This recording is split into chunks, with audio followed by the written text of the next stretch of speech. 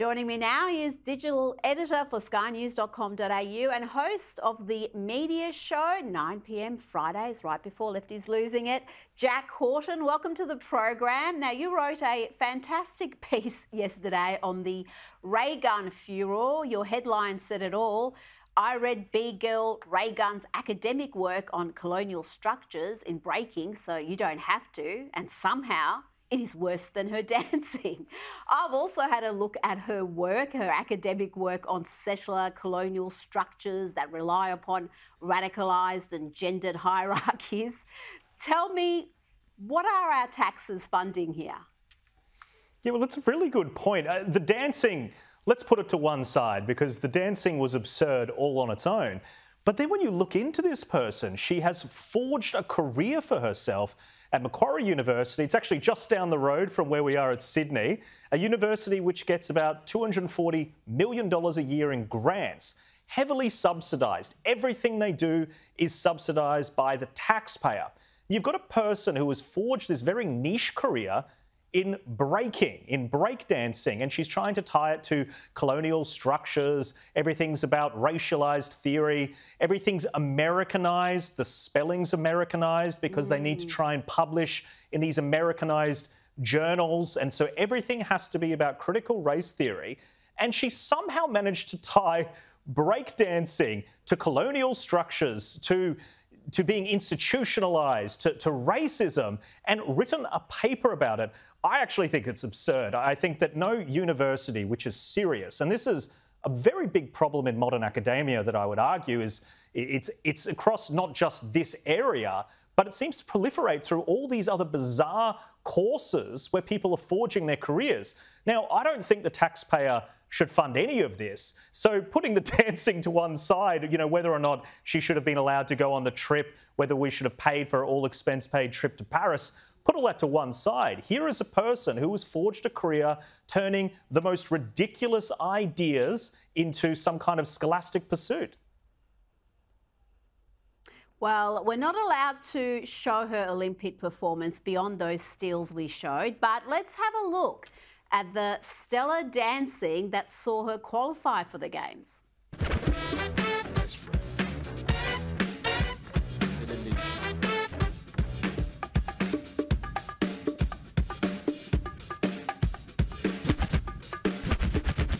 Oh, dear God. Again, my question is how? I've seen clips of her dancing in different events and it doesn't get any better, Jack. I mean, how did she qualify for the Olympic team? How was she in Paris? Never mind who's paying for it, and yes, the taxpayer's paying for that trip. How was she our representative? Rita, it's actually a really good point. Now, I've gone deep into this, right? And I think there is another scandal here that everybody's missed. The woman who was dancing, competing alongside her in that clip, it's a woman called Holly Molly is her name. You can look her up on Instagram.